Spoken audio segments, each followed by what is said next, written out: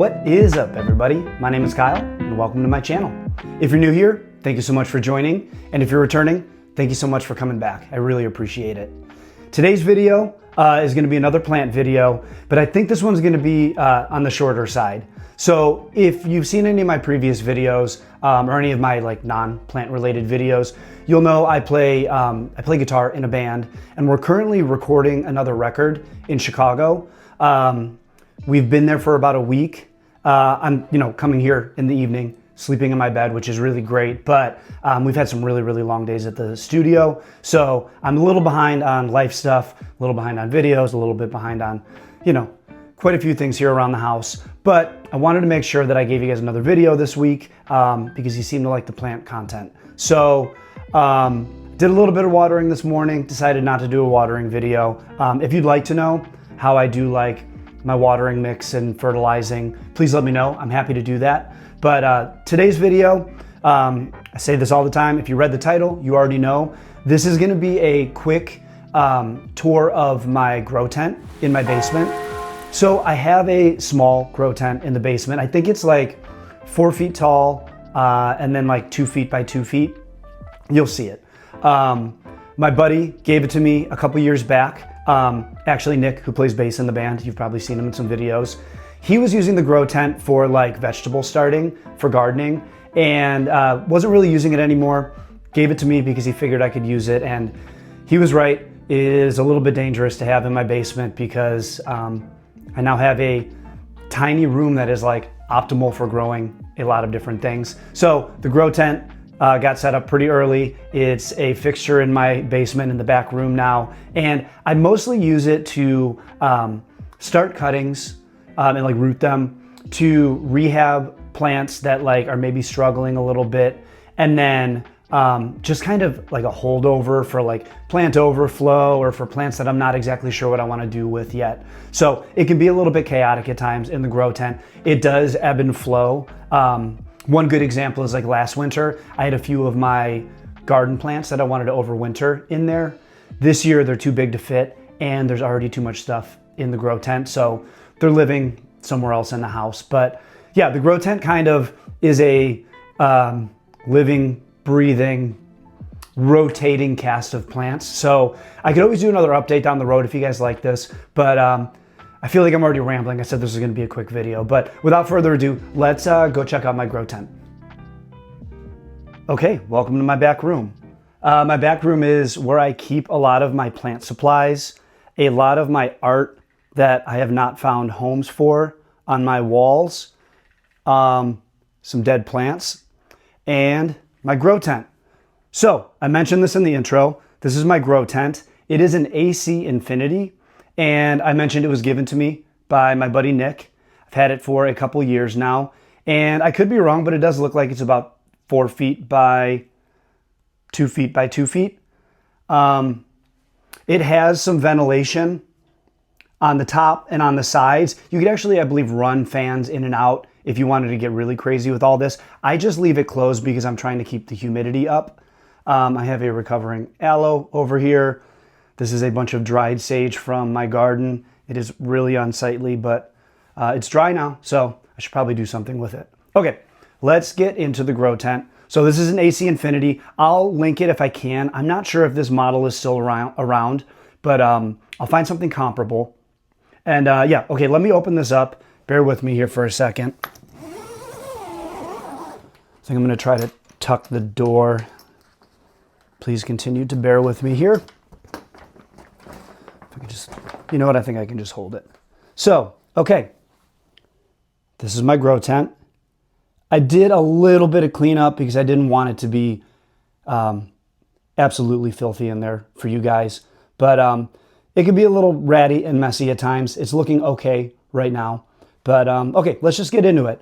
So back here in the corner, you saw this from my Hoya tour. You've probably seen a few of these from the Hoya tour, but this is my Hoya latifolia pot of gold. So this is the inner variegated latifolia.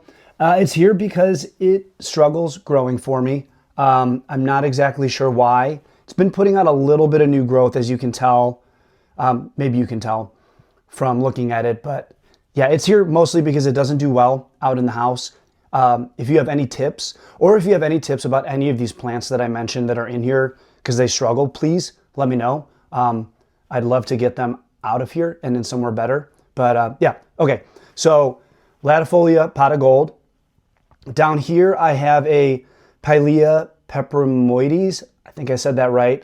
This one actually lived in my front room and it was beautiful. It was like really circular. My heat just came on, so if you hear that, I'm sorry. But this was a beautiful plant in my front room. It grew like really, really evenly, really, really circular. I'll drop in a picture because I know I have one. It just grew really long and then it eventually started to droop. I didn't want to toss out the whole plant, so I cut off the top and I've just been rooting it in here along with one of its pups. Not sure what I'm going to do with it, but I wasn't ready to part ways with it yet. Moving on, you'll see this begonia right here. I'm not sure what kind of begonia this is, but my grandmother had bought it this past summer, probably from a big box store for just like, you know, outdoor landscaping. I grabbed a cutting just to see if I could make it root. It rooted. It's flowered multiple times. Keeps putting out pretty small leaves, but I'm impressed that it's still alive. I'm not sure what kind of begonia this is. If you do know, please let me know. I struggle with begonias. I have the Rex begonia kingiana that I've kept alive, and I have a like looking glass begonia in water that I've also kept alive, but I've killed a lot of maculatas, and I just struggle with begonia. Back here, just real quick, I don't know if you can see it in that cup. That is a, oh, sorry, the stick here got in the way, but it's not in focus, but that's a cup with a curtisii cutting in it. There's a little drop of water in there. I just wanted to see if I can make it root in a fully enclosed little cup. I don't know. We'll see. Humidity is about 54%. We'll probably see it continue to drop as the door stays open, but humidity is relatively high in here, which is the purpose of it. Back there, I've got my Hoya vangviensis. I think I said that right. I don't have any notes with me. This Hoya is growing really, really well.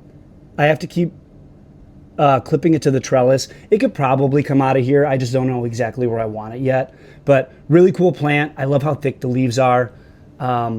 Has not produced any peduncles or anything, but yeah, neat plant. Foliage looks kind of boring on camera, but it's really nice in person. Like I said, it's like thick and like they're like a little like fat. They're fuzzy on the back. Really like this plant. This one right here is very exciting. This is a Hoya carnosa Krinkle 8. I bought this one as a, sorry, I'm going to repeat myself if you saw the Hoya tour, but I bought this one as just like a singular cutting in Philly, I believe, on tour, and cut it up, rooted it. I think it's been over a year now, and as you can see, it's sun stressing, which I don't particularly like on this plant, but I think because of that high light, it's produced a peduncle here. So let me see if I can get it to focus on that. Yeah. So I've got a peduncle right here that's budding up and is likely going to flower soon.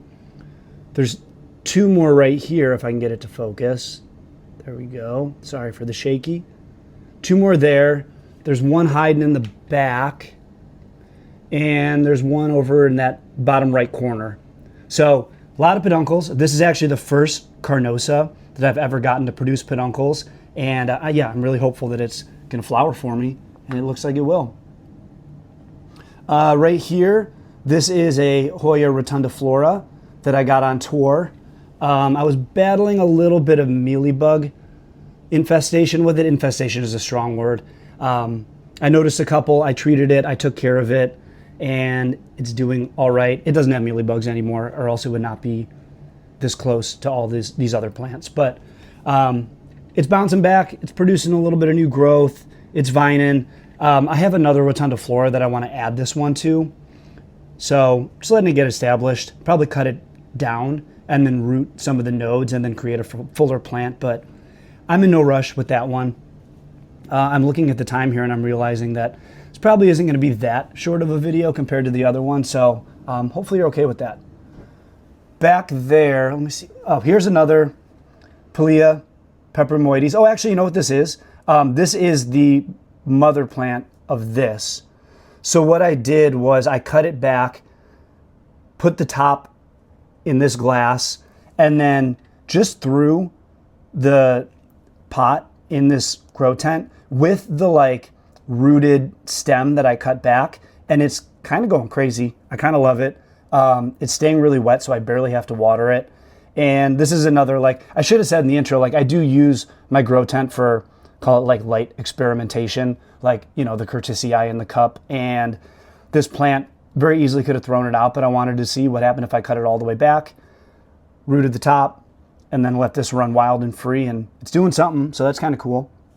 Behind that, and let me get this out of the way, that is a Hoya Chouke. I don't know exactly how to say it. That is a, and correct me if I'm wrong, because I don't have notes, this is a Hoya carnosa and Hoya serpens cross. This one is related to the Hoya Matilde. I believe they're from the same seed pod.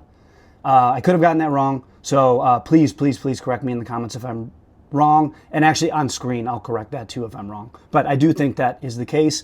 This one has struggled, as you can see from like some of the dead tips on the vines.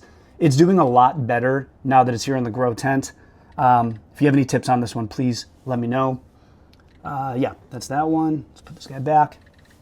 Over here is a blue oil fern. I got this one over the summer, and it was much smaller when I got it. I knew this one was gonna like humidity. I wanted to establish it before I killed it because I don't always do well with ferns. And it's done really well for me. I think you can see some of like the bluish like tinting on it, especially that one in the back there. So especially the way the light hits certain leaves, you can see that the blue where it gets its name from. I really like it. I actually like the way that there's moss growing on the bottom of it too. It likes to stay wet. I think eventually I'm going to get it out of here because I do really like this plant, but I hadn't seen it before. I have been babying it since I got it because, again, I'm a little bit afraid of ferns. So, yeah, blue oil fern, really cool. I really like that wavy leaf as well. But, yeah, okay, moving on. Down here, we're going to move a little bit faster here. In the back, you see these, like, takeout containers.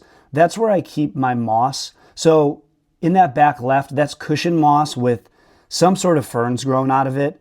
I like keeping the ferns because I will throw them in terrariums. And actually most of this moss, all of this moss is for terrariums.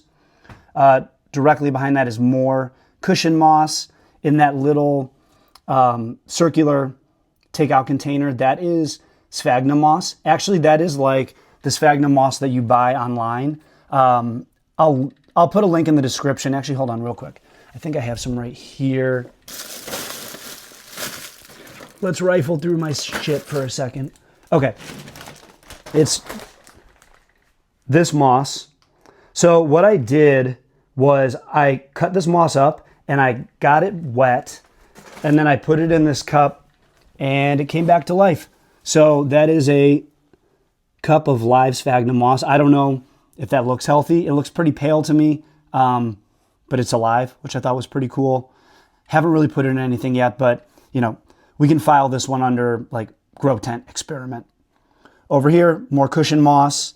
I had a dream where I was going to label everything and it was going to be neat and organized. But as you see most of the way through this tour, a lot of it is based on memory. So more cushion moss for terrariums.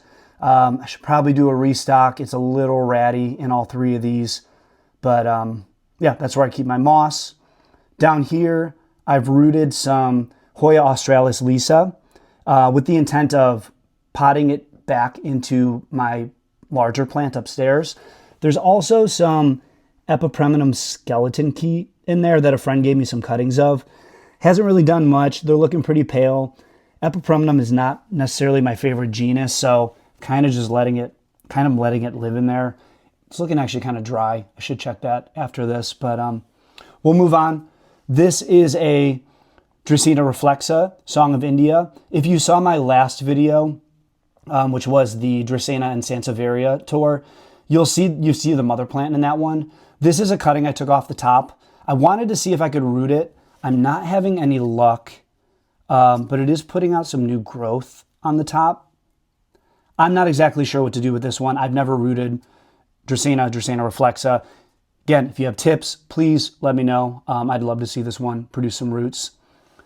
This plant over here is some sort of ground cover plant that my friend Deanna, who you may have also seen in the band videos, she gave this one to me, I think 2 summers ago. I think it's an outdoor plant. I'm not sure. It looks like a Fittonia. It's not. It's not nearly as dramatic. It feels very different. It grows more compactly. I say that maybe it's in the Fittonia family, but it's not the like nerve plant that I'm used to seeing at plant stores. Regardless, it's filled out. It's looking really nice. If this is something I can plant outside here in Illinois, I'd love to get it going and like start some ground cover. But yeah, I'm not sure what that is. Over here, if you've seen some of my other plant videos, you've seen my Hoya linearis. This is a bunch of linearis cuttings. I did a video actually on this, so I'll link it.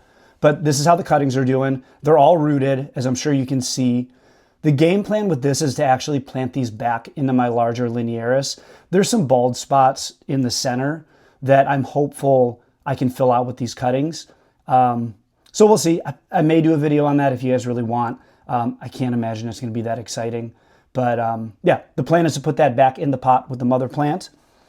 Over here is a bunch of curtisii cuttings.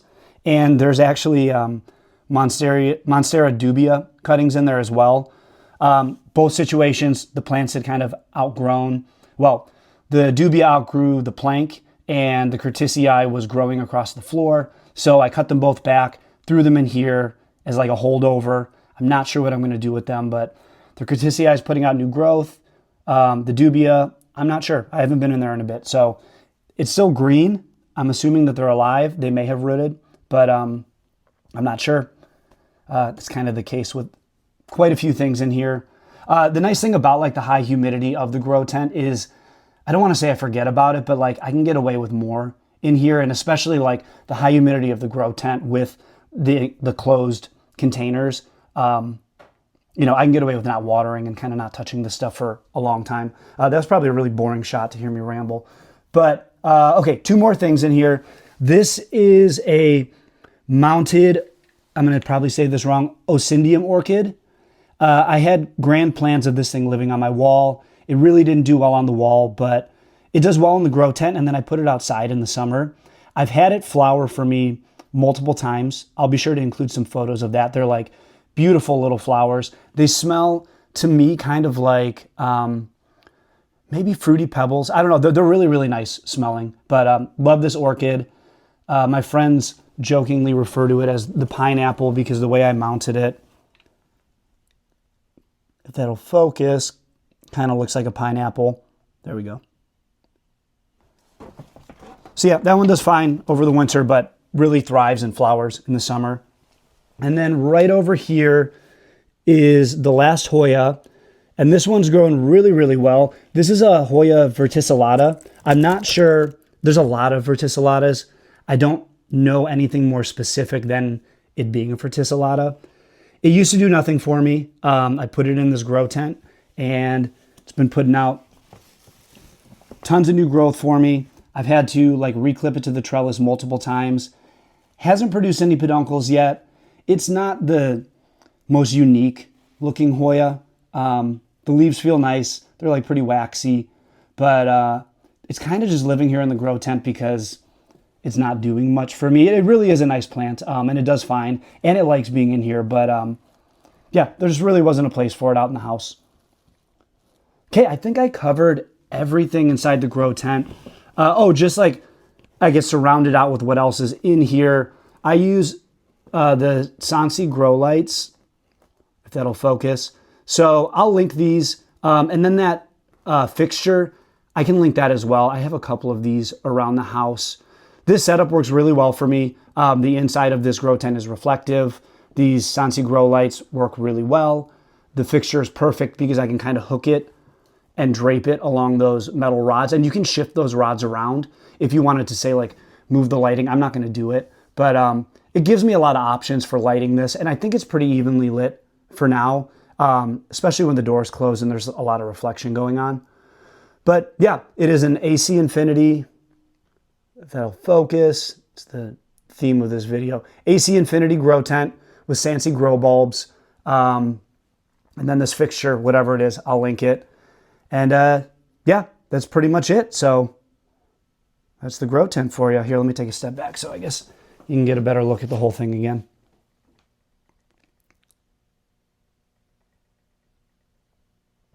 All right, that's going to be it. Hopefully you guys enjoyed the tour. If you have any questions about how I use my grow tent, anything you saw, please feel free to reach out in the comments. I'm happy to answer any of that. If you have any questions about the grow tent, the lights, the lighting fixture, I'll be sure to link that stuff, whatever I can find, again, in the description. And yeah, my name is Kyle. Please feel free to like and subscribe to the channel if you like what you saw. And I really hope to catch you on the next one. Thanks.